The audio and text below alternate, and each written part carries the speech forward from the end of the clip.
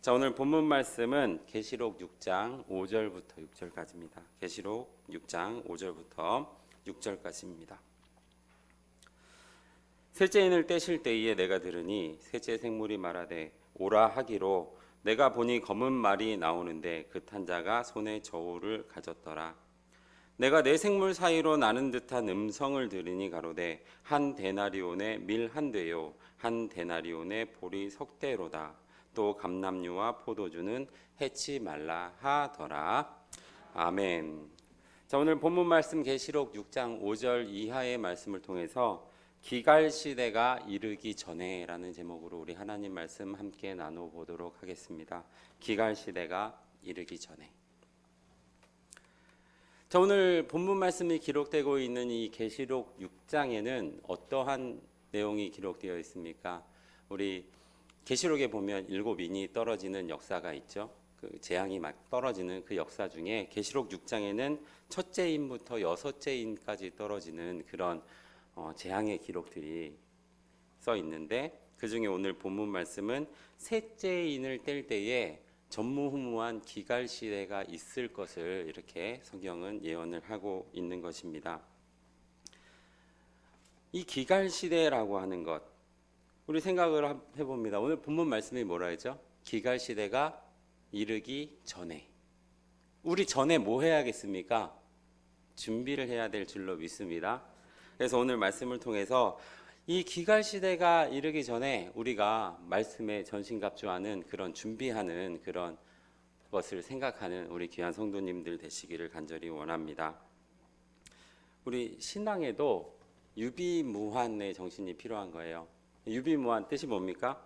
준비가 되어 있으면 환란이 없다, 이런 얘기입니다. 그 환란의 때가 있을 것을 얘기하고 있는데 성경은 그 환란의 때에 환란이 없는 여러분들로 나타나시기를 간절히 원합니다. 자, 기갈이다, 이렇게 기갈. 그 한자를 보면 줄일 기, 목마를 갈이에요. 그러니까 배가 고프고 목이 마르다, 이런 뜻입니다. 배가 고프고 이렇게 목이 마르다. 여러분들 한번 생각해 봅시다. 만약에 이런 기갈 시대가 있을 것을 내가 미리 알면 누구라도 어떻게 합니까? 그것을 준비를 할 겁니다. 그죠? 우리 성경에도 보면 요셉이 애굽에 있을 때 7년의 큰 풍년이 있었단 말이에요. 7년의 큰 풍년이 있었는데 그 이후에는 어떤 일이 있습니까? 7년의 기근이 있었단 말이죠. 그런데 그 기근을 걱정하지 않고 그 당시 애굽이 그 지역의 큰 나라로 강성하게 설 수 있었던 것은 어떤 거였어요? 7년의 풍년을 헛되게 보내지 아니하고 준비하는 지혜자 요셉이 있었기 때문인 줄로 믿습니다. 여러분들 멀리 볼 것도 없죠. 지금 코로나 시대를 한번 잠깐 생각해 봅시다. 코로나 시대를 생각해 보면 일상이 다 망가졌습니다. 그죠? 학교도 정상적으로 운영이 되지 않아요. 우리 아이들도 어제 보니까 큰애는 학교에서 전체적으로 전교생 다 검사한다 그래갖고 코로나 검사 어제 다 했고요. 오늘은 또 둘째 애가 또 검사를 한대요. 뭐 증상이 있어서 그런 건 아니고 그거 하면 또 집에 일찍 보내요. 학교도 정상적으로 운영되지 않습니다. 뿐입니까? 예배도 정상적으로 운영되지 않잖아요. 이런 상황이에요. 그런데 만약에 지금이 5월 달이니까 2020년 5월 달 여러분들 잠깐 생각해 보세요. 그때 어떤 일이 있었냐면 교회 8주, 7주 동안 예배가 없었어요.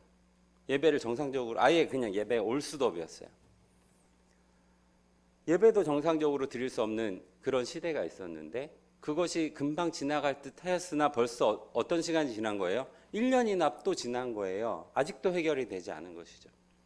만약에 이런 상황이 이를 것을 우리가 미리 알았다면 어떻게 했겠습니까? 인류가 백신도 미리 준비했을 것이고 치료제도 준비했을 것이고 병상도 늘려서 이런 상황이 벌어졌을 때 최대한 빨리 수습을 했겠죠.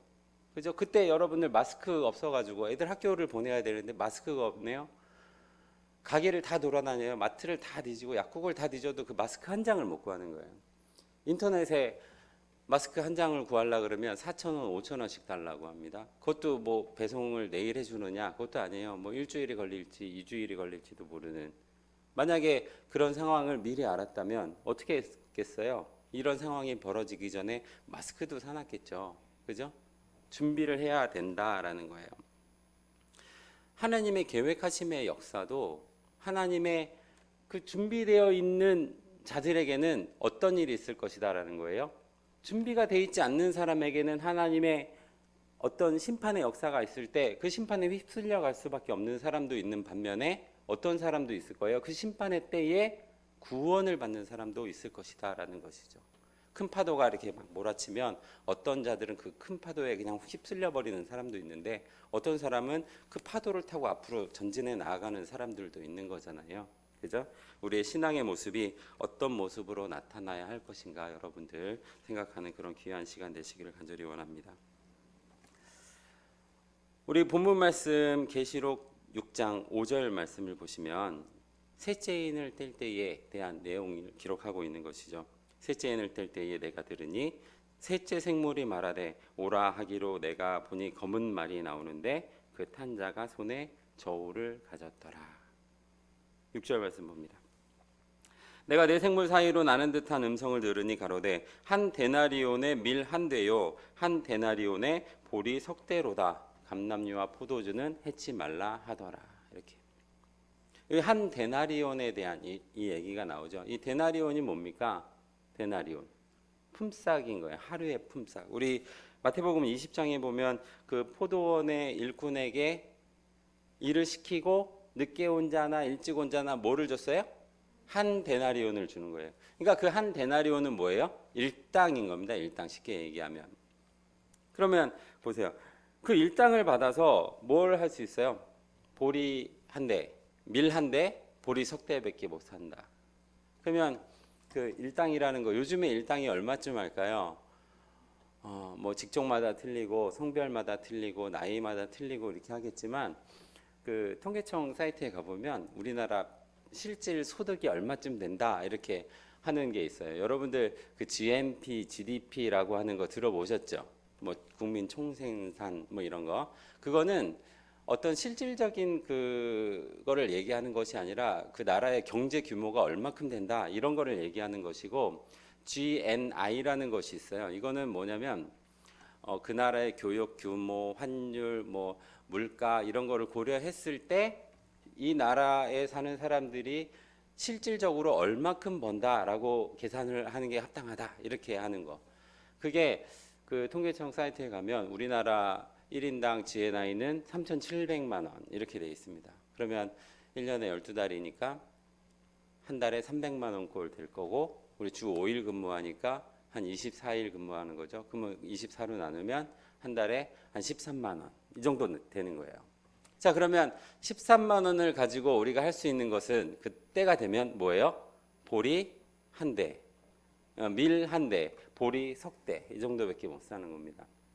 뭐 제가 가정주부가 아니니까 정확히 그 밀 한 대가 얼마나 하는지 보리 석 대가 얼마나 하는지 잘 모르지만 한 돈 10,000원이나 하겠습니까? 얼마나 하겠어요?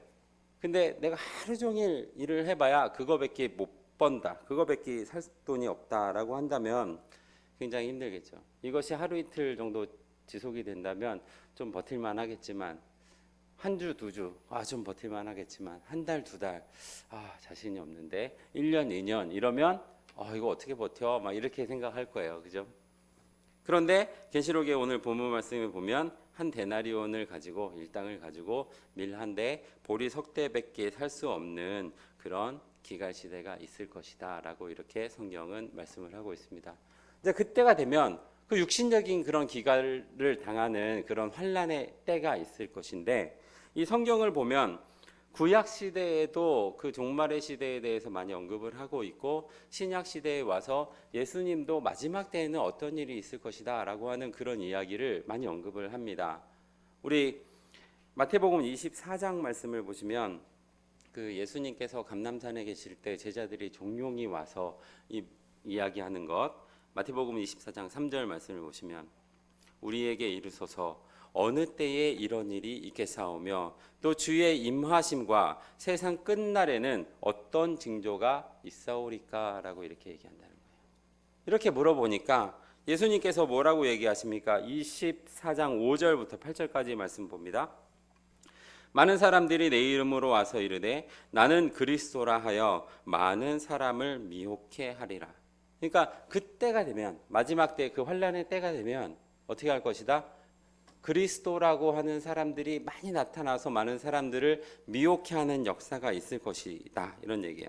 난리와 난리 소문을 듣겠으나 너희는 삼가 두려워하지 말라. 이런 일이 있어야 하되, 혹시라도 이런 일이 있더라도 무서워하거나 두려워하지 말라. 왜냐하면 이런 일은 당연히 있을 것이다. 이렇게 얘기하는 거예요. 그러고 나서 뒤에 말씀 계속 보시면 민족이 민족을, 나라가 나라를 대적하여 일어나겠고 처처에 기근과 지진이 있으리니 이 모든 것이 재난의 시작이라 라고 이렇게 얘기해요. 재난의 시작이 되는 그 징조가 있는데 어떤 일이에요? 민족이 민족을 대적하고 나라가 나라를 대적하는 그런 역사가 있을 것이다. 그러면 여러분 생각해 보세요.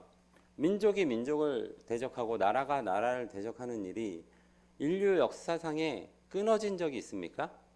끊어진 적이 없어요. 지금도 뭐 인도하고 파키스탄 국경에서 맨날 싸움하고 있고요. 파키스탄하고 중국 국경에서 맨날 내 땅이다 너 땅이다 이러면서 싸우고 있어요. 멀리 볼 것도 없고 우리나라도 1950년도에 한국 전쟁이 있었는데 그것이 끝난 게 아니죠. 53년도에 휴전을 했단 말이에요. 종전이 된 게 아니라. 그러니까 우리나라도 아직은 전쟁이 마무리가 되지 않는 그런. 그러면 이런 전쟁의 때가 있고 나라가 나라끼리 싸우고 민족이 민족끼리 싸우는 그때가 되면 세상 끝입니까? 아니란 말이에요. 우리 성경은 뭘로 시작하고 있죠? 제일 처음에 기록이 지금 우리 계시록 보고 있는데 처음에는 창세기. 자 보세요. 그러면 창세기에도 보면요. 그 하나님께서 세상을 창조하시고 나서 창세기 14장으로 가면요. 그 전쟁에 대한 기록이 있잖아요. 그돌라오멜 왕하고 소돔 왕 베라의 연합군끼리 싸움을 하는 그런 일이 있었단 말이에요. 그러면 그때가 세상 끝입니까? 아니라는 얘기예요. 아니라는 얘기예요.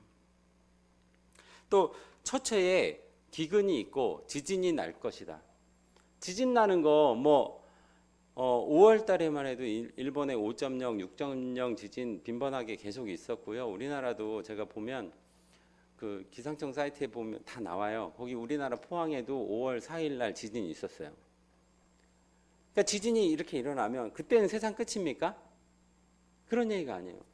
기근이 있으면 세상 끝이다라고 이렇게 얘기하는데 생각해 보세요. 여러분들 그 TV 보다 보면 뭐 유니세프 뭐 이런 데서 세이브 더 칠드런 이런 데 공익 광고 같은 거, 모금 광고 같은 거 보면 아주 뼈만 남은 앙상한 흑인 아이가 누워 있는데 이게 팔뚝인지 손가락인지도 잘 모를 만큼 얇은 아이가 있단 말이에요. 누워 있는데 파리가 얼굴을 이렇게 막 지나가도 아무런 반응도 안 보이는 그런 아이가 있어요. 그런 기근이 비단 그때만 있었습니까? 그 전에도 있었고 아마 앞으로도 또 있을 겁니다. 그죠? 만약에 그런 기근이 시작되면 그 아이에게는 세상 끝입니까? 여러분들 굉장히 부유하게 사시는 우리 성도님들도 있을 텐데 그러면 그분은 세상 끝이 아니고 부유하게 살지 못하는 사람은 세상 끝을 당하는 겁니까? 그런 얘기가 아니라는 거예요. 육신적인 그런 얘기를 하는 것이 아닙니다. 우리 성경에도 또 보시면 아까 살짝 언급했던 바와 같이 그 요셉의 때에 애굽에 7년의 풍년이 있었고 이어서 7년의 흉년이 있었어요. 그러고 나서 성경의 기록은 계속 또 이어져 왔단 말이에요. 그러면 그런 기근이 있을 때 세상 끝인가? 라는 것을 생각해 볼 필요가 있는 것이죠. 우리 열왕기상 17장에 기록되어 있는 말씀을 보시면 그 사르밧 과부가 있는데 엘리야가 나에게 물을 달라 이렇게 얘기하니까 물을 뜨러 갑니다. 그래서 물을 이렇게 주려고 하는데 엘리야가 나에게 떡 한 조각을 너의 손으로 달라라고 했더니 이 사르밧 과부가 뭐라고 얘기합니까? 나에게 가지고 있는 것은 가루 한 주먹하고 기름 한 방울밖에 없는데 제가 이거 떡 만들어서 아들이랑 먹고 오늘 죽어버리려고 그랬거든요. 이렇게 얘기를 한단 말이에요. 그런 기근의 때도 있어요. 또 열왕기하 6장에 보시면 우리 다 아는 얘기인데 이런 얘기도 있었잖아요. 오늘은 내 자식을 잡아먹고 내일은 너 자식을 잡아먹자 이런 기근의 때 같이 내 자식을 잡아먹고서 내일 되니까 자식을 안 내놓는 거예요. 그래서 막 소송을 하고 막 이런 기근이 있었는데, 그런 기근이 있고 난 이후에도 어떻게 되는 거예요? 성경의 기록은 계속 이어져 오고 있다, 이런 거예요. 자, 그러면 이것을 우리가 어떻게 볼 필요가 있느냐라는 것이죠. 육적인 환난이 아니라 무엇으로 볼 필요가 있다는 거예요? 영적인 환난을 생각해 볼 필요가 있다라는 것을 우리가 생각할 줄로 믿습니다. 그 영적인 문제를 우리가 한번 생각해 보자라는 거예요. 우리 다시 본문으로 들어갑니다. 계시록 6장 5절입니다. 자, 셋째 인을 떼실 때에 내가 들으니 셋째 생물이 말하되 오라 하기로 내가 보니 검은 말이 나오는데 그 탄 자가 손에 저울을 가졌더라, 이렇게 얘기합니다. 저울 가졌습니다. 저울. 검은 말 탄 자가 나왔는데 손에 저울을 가지고 있어요. 이 저울은 뭐 하는 겁니까? 무게를 재는 도구란 말이에요. 무게를 재는 도구.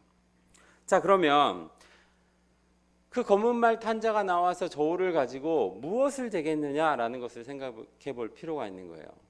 이 저울을 달았을 때 미달이 되면 심판을 받는 거예요. 이런 얘기입니다. 그러면 그 저울을 가지고 그 사람의 몸무게를 재겠습니까? 몸무게를 잡아서 몸무게가 미달, 너는 심판. 몸무게 초과, 너도 심판. 몸무게 적당하니까 너는 구원. 이렇게 하겠습니까? 그런 게 아니라는 얘기예요. 영적인 무게를 달아본다라는 저울인 것을 우리가 깨달아야 할 줄로 믿습니다. 그래서 시편 62편 9절 말씀 봅니다. 진실로 천한 자도 헛되고 높은 자도 거짓되니. 천한 자들이 있고 높은 자가 있어요. 그들이 다 헛되고 그들이 거짓되는 거예요. 그러니까 어떻게 됩니까? 저울에 달면 들려 입김보다 경하리라. 입김 해보면 이게 날아가잖아요. 바람, 공기보다 가벼워서 날아가는 그 입김보다 이 사람들, 천한 자들, 높은 자들, 다 헛된 자들, 거짓된 자들, 이 자들이 더 가벼운 거예요. 그들이 몸무게가 가벼운 것을 얘기하는 것이 아니라 그들의 심령이 가볍다라는 것을 성경은 말씀하고 있는 줄로 믿습니다. 우리 욥기서 31장 말씀, 6절 말씀 보시면, 자, 그리하였으면, 자, 이 욥기서를 보면 이 욥이 그 환난을 당하지 않습니까? 억울하게 어떻게 보면 환난을 당하는 거예요.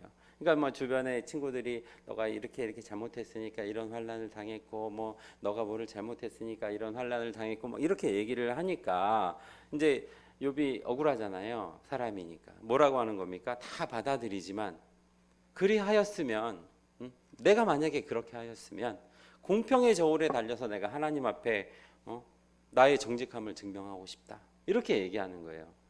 몸무게를 달자라고 하는 것이 아니라 그 마음을 달아보고 싶은 거예요. 그죠?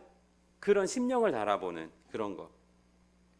우리 다니엘서 5장에도 보시면 그 벨사살 왕이 그 1000명이나 되는 많은 사람들을 왕국에 초대를 해놓고 술을 마시고 금은 동철 나무로 되어 있는 우상을 만들어 놓고 그것을 막 섬기는 그때에 손가락이 나타나죠. 손가락이 나타나서 그 벽에다가 뭐라고 씁니까?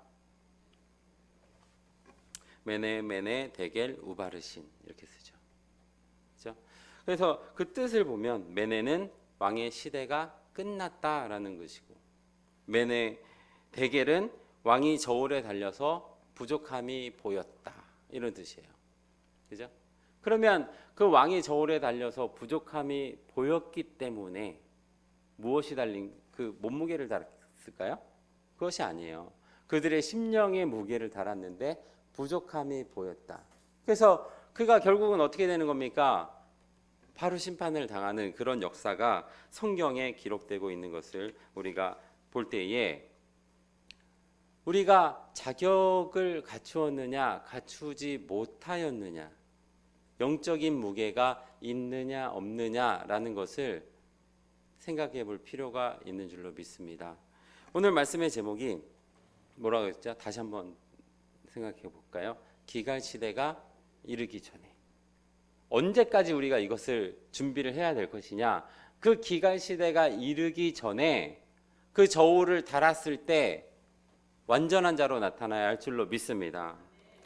물론 지금 당장에 하나님 앞에서 그 저울에 내가 달린다면 지금 누구라도 당당하게 내가 완전한 자로 나타납니다라고 이렇게 자신하실 분은 아마 많지는 않을 것 같아요. 저도 그렇고. 그렇지만 하나님이 계획하고 있는 그 마지막 때가 있는데 그때까지는 어떻게 하자는 거예요? 이것을 우리가 준비하자. 저울에 달렸을 때 온전한 자로 나타나야 할 줄로 믿습니다. 자, 그러면 우리 계시록 6장에 기록되고 있는 그 육신적인 그 환란, 기갈의 때가 있단 말이에요. 자, 그러면 우리 지금 살고 있는 이때, 지금 그 앞으로 있을 그때 말고 지금 살고 있는 이때에 대해서 한번 우리가 생각을 해볼 필요가 있습니다. 우리 아모스 8장 말씀 보도록 합니다. 아모스 8장 11절입니다. 주 여호와께서 아모스 8장 11절 양식이 없어 주림이 아니며 물이 없어 가람이 아니요 여호와의 말씀을 듣지 못한 기갈이라라고 이렇게 성경은 이야기하고 있는 거예요. 어떤 때? 여호와의 말씀을 듣지 못하는 기갈이 있을 겁니다. 기갈. 지금은 복음을 널리 전파해야 하고 우리가 성경의 말씀을 듣고자 하면 뭐 인터넷을 통하여서 예배를 통하여서 다 들을 수 있어요. 그런데 어떤 때도 있을 거예요. 그것이 다 끊어지는 그런 때도 성경은 기록하고 있거든요. 그죠? 그런 기갈, 하나님의 말씀을 듣지 못하는 기갈 시대가 오기 전에 우리가 그것을 대비하자 이런 얘기예요. 12절 말씀 봅니다. 사람이 이 바다에서 저 바다까지 북에서 동까지 비틀거리며 여호와의 말씀을 구하려고 왕래하되 얻지 못하리니. 어떤 때도 있는 거예요. 여호와의 말씀을 구하려고 하지만 그것을 구하지 못하는 그런 때도 있을 것이다 라고 이렇게 구약시대 때 예언을 하고 있는 거예요. 그죠? 그날에는 아름다운 처녀와 젊은 남자가 다 갈아여 피곤하리라 라고 이렇게 얘기하는 겁니다. 못 먹어서 피곤한 것이 아니라 어떻게 한다? 하나님의 말씀을 듣지 못하는 기갈을 당하여서 여자나 남자나 다 아름다워야 할 그때에 피곤하고 하는 그런 때가 올 것을 성경은 이야기하고 있는 거예요. 그러면 우리가 이 말씀이 없는 그 기갈 시대가 임하기 전에 여러분들은 뭘 해야 될 거예요? 이것을 대비를 해야 할 줄로 믿습니다. 자, 우리가 풍요롭게 살다가 아주 기근의 때를 만나는 사람들이 있어요. 아주 우리 집 잘 살았는데 우리 아버지가 사기를 당해서 우리 아버지가 사업이 망해서 그러면서 기근의 때를 당하는 사람. 그러니까 어떤 이유가 있는 것이죠. 풍요로웠는데 내가 곤란한 상황이 됐다. 이거는 어떤 이유가 있는 거예요. 우리가 말씀을 듣고 그 갈급한 마음을 가지고 기쁜 마음으로 우리가 이 말씀을 처음 받을 때 달려나갔습니다. 그런데 시간이 많이 지나다 보니까 마음도 해이해져요. 그때 마음만큼 지금 못하다. 만약에 이런다면 생각을 해볼 필요가 있는 거예요. 여러분들 10년이나 20년이나 지난 그 우리 교회에서 뭐 야유 예배를 갔다거나 행사를 했다거나 하는 그 사진을 꺼내서 이렇게 보면요, 참 안타까운 게 사람들이 없어요. 이분들이 돌아가셔서 없는 게 아니고 없어요. 안 보여요. 아마 그분들이 지금 안 보이는 그분들이 더 좋은 것을 따라갔을 것 같아요. 그분들의 기준에서 더 좋은 것. 그러다 보니까 자기가 가지고 있었던 그 하나님의 말씀도 다 잃어버리고 또 자기가 좋다고 했던 그것이 물거품과 같이 사라져 버릴 때 어떻게 하는 거예요? 하나님의 말씀도 그냥 물거품과 같이 사라져서 볼 수가 없는 거예요. 안타까운 거죠. 우리 에레미야서 말씀 보도록 합니다. 에레미야 50장 38절 말씀 보면, 자, 가뭄이 물 위에 임하니. 물이 있는데 그 물 위에 가뭄이 임하는 거예요. 근데 그것을 말리웠어요. 이유가 뭡니까? 뒤에 말씀을 보면 그 땅에 조각한 신상의 땅이요 그들은 우상에 미쳤음이라 라고 이렇게 성경은 말씀하고 있는 줄로 믿습니다. 더 좋은 건지 알았어요. 그런데 따라가고 났더니 그것이 어떻게 하는 거예요? 나의 물도 말리우고 나를 기갈하게 하는 그런, 그죠? 그래서 심지어 신앙도 잃어버리는 많은 사람들을 우리가 너무나 많이 보아왔지 않습니까? 그죠? 그것을 교훈 삼아서 우리가 어떻게 해야 할 것인가라는 것을 생각해 볼 필요가 있다라는 거예요. 우리 신명기 32장 2절 말씀 볼까요? 자, 나의 교훈은 내리는 비요, 나의 말은 맺히는 이슬이요, 연한 풀 위에 가는 비요, 채소 위에 단비로다. 이렇게. 그러니까 하나님의 말씀을 받아야 되는 거예요. 그래서 우리가 그 말씀을 통하여서 아주 굳건하게 서야 되는데 그러지 못한 사람들도 우리가 주변에 많이 보아온 줄로 믿습니다. 이것을 교훈 삼아서 우리가 어떻게 해야 할 것인가라는 것을 굳이 성경을 보지 않아도 알 수 있지 않습니까? 그죠? 우리 이사야서 55장 1절 말씀 보면 너희 목마른 자들도 오라, 돈 없이 값 없이 너희 목마른 자들아 물로 나오라, 돈 없는 자도 오라, 너희는 와서 사 먹되 돈 없이 값 없이 와서 포도주와 젖을 사라. 그러니까 목마른 자들 오라는 거예요. 그럼 목마른 자들이 와서 물을 사면, 포도주를 사면 어떻게 하겠습니까? 입으로 마시겠죠. 그죠? 2절 말씀 계속 봅니다.